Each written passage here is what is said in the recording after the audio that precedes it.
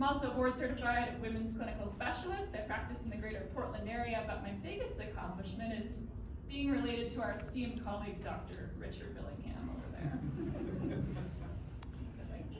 we go. So the company that I work for is MovementX. We're a mobile concierge physical therapy company with locations up and down the West Coast. We've got major hubs in Portland and in Orange County and in Seattle.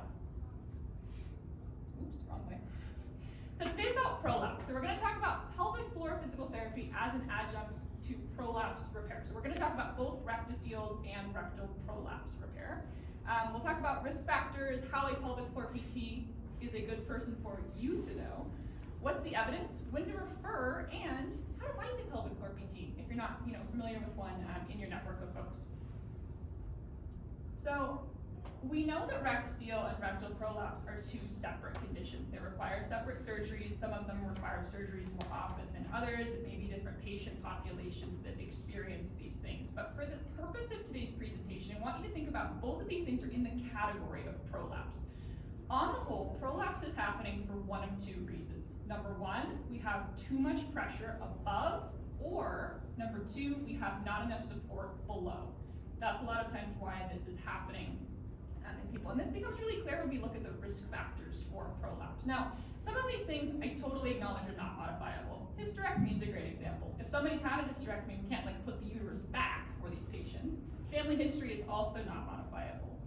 But, gosh, if I can figure out which direction I'm going here, a lot of these things have to do either with a lot of intra-abdominal pressure above or pelvic floor weakness, coordination, why they're not having optimal pelvic floor function below. And they have some degree of modifiability in this case.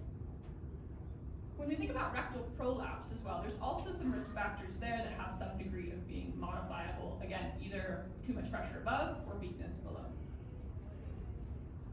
So when we're looking at the common denominator here, intra-abdominal pressure is one way that we can modify how these people are experiencing these symptoms. And that's partially what I do as a PT, is helping people learn how to regulate their intra-abdominal pressure. That could be with occupational or recreational heavy lifting. Think about any of your patients who are CrossFitters, or even moms who are going to Costco. That's heavy lifting as well. Hauling kids around is heavy lifting. Thinking about folks with constipation, BMI, that's just a lot of weight up top. Vaginal deliveries, we've got those folks who are pushing for 3-4 hours in that second stage of labor. That's really going to be a lot of force down on those tissues. And then thinking about people with respiratory conditions, there's kind of mixed evidence on this, but looking at potentially our COVID-19 long haulers, how is this going to impact, the prevalence of prolapse and pelvic floor function? And looking at pelvic floor muscle function independently of a surgical repair of these things is also important. So my one takeaway, if you leave with nothing else from this presentation, is just because you're surgically repairing a rectocele or a rectal prolapse does not necessarily mean you're teaching your patients better management of their intra-abdominal pressure or independently restoring their pelvic floor muscle function. So that's where PT comes in. So we're going to get to know each other intimately and very quickly. So please raise your hand if you've ever personally seen a pelvic floor physical therapist as a patient. I know I have. Great, wonderful. I've got 2 babies, definitely have seen a pelvic floor PT. Now, raise your hand if you've ever personally had a conversation with a pelvic floor PT. You have a very good, solid understanding of what our scope of practice is. I love all these hands up. Wonderful, wonderful. So that's good for me to see that a lot of you know that we do more than just teach our patients to do Kegels, right? It would be like summarizing your profession into just doing colonoscopies, which is just such a small fraction of the wealth of knowledge that you have and that I have. So pelvic floor PTs do a whole lot more than teach people just how to contract their pelvic floor muscles. So obviously an internal pelvic floor muscle assessment is a big part of what I do. That's looking at strength, resting tone, coordination, looking for myalgia, for pain, and treating those things appropriately and accordingly. Also thinking about how we're teaching people to manage their intra-abdominal pressure. So this could be looking at activity modification, that could be scaling a workout for somebody who's immediately postpartum, that could be looking at the mechanics of the ribs, the diaphragm, the thoracic spine to make sure that they have optimal ability to manage the pressure in their abdomen. Assessment of the lumbopelvic complex. So the pelvic floor is not by itself, right? It's sitting there with the lumbar spine, with the sacroiliac joint, with lateral hip rotators. I had a patient referred to me a little while back from Dr. Kavanaugh in Portland who was referred to me for fecal incontinence, and after seeing her for a while, got her for some imaging, lumbar spine, Turned out she had a spondylolisthesis, and is affecting all of her nerve function from L5 below. So that's why we have to take into account what's going on in this whole lumbopelvic complex and not just looking at the pelvic floor in isolation. Therapeutic exercise, so getting those people to move is so important. I love getting people to move. Visceral mobilization for abdominal adhesions, scarring, and then modalities, things like electrical stimulation, biofeedback. Sort of a transition now as more PTs are starting to use imaging ultrasound to provide a little bit more accurate feedback than like a traditional like handheld biofeedback unit, which is fun. So evidence-based practice is obviously a key pillar of how we practice medicine in the 21st century. So we're going to take a brief look at what's the evidence to support pelvic floor physical therapy. So I wish I could tell you that there is great evidence to support conservative management of rectal prolapse, but that's simply just not the case. If somebody has rectal prolapse, they're probably going to have surgery. I also wish I could tell you that there's great evidence of somebody who has a rectocele repair plus PT and somebody who's had a rectocele repair without PT and looking at those outcomes. But that evidence at the randomized controlled trial level or at the systematic review trial just simply isn't out there.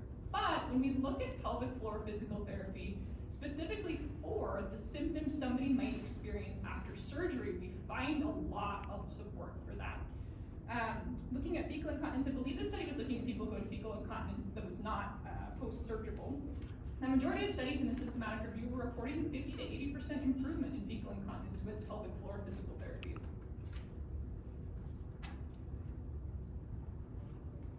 Looking at symptoms of pelvic organ prolapse, again, I believe this was looking at more low-grade pelvic organ prolapse, so looking at rectoceles like grade 1s and grade 2s, finding that there was an improvement in POC-Q score with pelvic floor muscle training.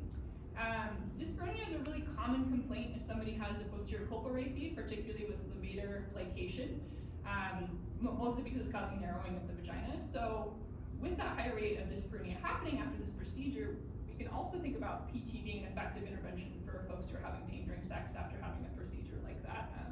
This study was looking at peri and postmenopausal women in this case. So when should you send somebody to PT? Obviously, it would be great if we could see everybody post-operatively, but that's not always, pre-operatively, but that's not always possible. Pre-operatively, we can establish a rapport, baseline pelvic floor muscle function. It's really, really helpful to just kind of get everybody established in a good PT program prior to having surgery. Post-op is great as well. I'd love to see people as soon as they're cleared to do an internal pelvic floor muscle evaluation, which is typically 6 weeks depending on a surgeon's discretion there. Pelvic floor PTs should be working on intra-abdominal pressure regulation for people post-op, looking at pain, manual therapy for that as needed, pelvic floor muscle function, and activity modification as needed. Who should go to PT? Good question. So I don't think it's appropriate to think about different demographics or different genders or who should be going to PT, but we should be going by symptoms. If people are having symptoms, that's when we want to be sending them to PT. Let's say they're having issues with fecal incontinence, dyspareunia, constipation. Prolapse that's symptomatic. Not all prolapse folks have symptoms. We know that grade of prolapse is not correlated with symptoms of prolapse, but for people who are having symptoms of prolapse, that would be an appropriate time to refer someone to pelvic floor PT. And occupational and recreational heavy lifters, but that means we need to be asking our patients the right question. I mean, do you know how much your patients are doing for exercise, how much they're lifting in their jobs? Like, we need to be doing our part as providers to make sure we have a full picture of how we can best help these people in the long term.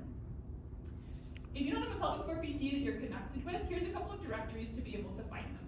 Herman & Wallace Institute puts on pelvicriehab.com. There is the Pelvic Guru also puts up a directory as well, and then the APTA, which is our governing body, the American Physical Therapy Association, has choosept.com. When you're looking for pelvic floor PTs, look for somebody who has a WCS, that's a board-certified women's clinical specialist, or PRPC, which is through the Herman & Wallace Institute. That's a certified pelvic rehab practitioner. But overall, we need to be thinking about our patients as we're not just repairing the organ, we're thinking about this whole comprehensive approach to looking at the patient in the long term. And I truly believe that pelvic floor physical therapy is helpful in getting people better in the long term. Thanks so much for having me.